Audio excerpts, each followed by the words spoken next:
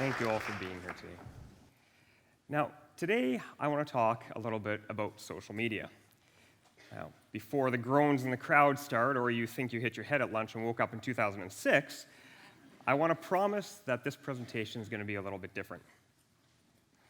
This is not going to be a BuzzFeed article where I tell you the top 10 things about social media and number 8 will blow your mind. No, today we're going to talk about the digital front porch. Now, if we've ever had the opportunity to talk together on Twitter, you might have noticed my Twitter profile, where I say, very astutely I like to think, I'm a community activist and believer that the removal of front porches is leading to the decline of modern society. Something I believe. I believe that our communities lack welcoming, inclusive spaces to talk about important issues, to build our community, strengthen our community, and cooperate with other people who live with us. So today I want to talk about how the Victoria Police Department, here on the beautiful west coast of Canada, did that. Now, the social media that we used here at VicPD didn't come about by an accident. And we really tried hard to make sure that our community was included in everything that we did. Now, the story actually starts a little bit before the last 5 years. It actually starts 11 years ago, when I was a bright-eyed young cop out in Edmonton, which is, for those of you who don't know, about 1,500 kilometers away from here. And I was just given a community policing position in what was arguably one of the worst neighborhoods in town. Gangs, drugs, murders, a host of violent crimes and social issues plagued the community. But what I found there, when I started to sit down and talk to people, was that the community was actually alive. People just like you were living in that community. They had concerns. They had things they needed to talk about. So that's exactly what we did. At the center of that community, I found a beating heart. And the heartbeat of that community was actually named after a very humble root vegetable. As Paul Cézanne says, there will come a day when a carrot freshly observed will set off a revolution. Well, this place that I had found, this gathering place in the community, was called the Carrot Community Arts Coffee House. It was a place where the community could come together and talk about issues in a welcoming and inclusive environment. It was a fantastic place, and as the officer there, I could go and I could sit and I could talk and I could listen. And this, the humble Carrot, is a place where I had my own personal revolution, where Community Mike was actually born. When you walked into the Carrot, you could find passion and purpose. People of all walks of life were there. Mothers with babies, elderly people playing chess, and a place where people could come and have safe conversations. It was a wonderful place that had indeed become the community's front porch. So, fantastic, you're thinking, what the heck does this have to do about social media? Why is Mike up here babbling on about a coffee shop in Edmonton? Well, the Carrot actually laid the groundwork for a position I would later get with the Victoria Police Department when my family and I moved out here. So we'll fast forward our story a little bit to 2011, and this position comes up in my inbox at work, the media spokesperson. Thinking, geez, that doesn't sound very much like a cop job, but hey, it might be fun, let's try something new. So I applied for it, and I got it. I was a new media spokesperson at Victoria Police. So the first thing I did, like I like to do when I get in a new position or a new place, is sit and listen. And what I heard from our community made me really sad. I heard a community that was frustrated, that was angry, that was confused, and they didn't know where to turn. Because there had been several recent cases of things that had happened in our community involving our officers, involving our department, that had sort of torched the trust between us and the community. So I thought, well, what can we do? Well, we started very simply. We started very simply by talking and listening and telling the community that we'd be there for them.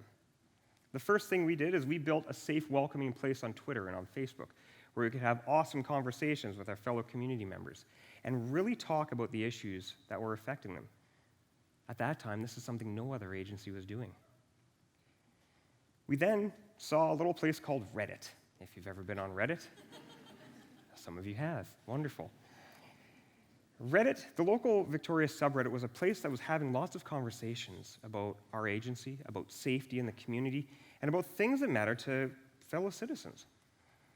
So we joined Reddit, and we did wonderful things, like we had Ask Me Anythings.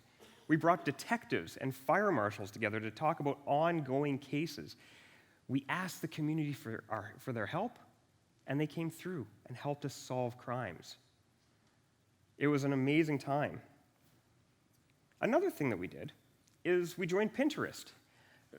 It wasn't to share cupcake recipes with the Calgary Police Service, I swear. I promise you. What it was actually to do was to reunite stolen or lost property with the rightful owners. If there's something that we couldn't identify through our computer systems via serial number or some other identifying mark, well, we put it up on Pinterest on our board called Is This Yours? Imagine that. It's pretty self-explanatory.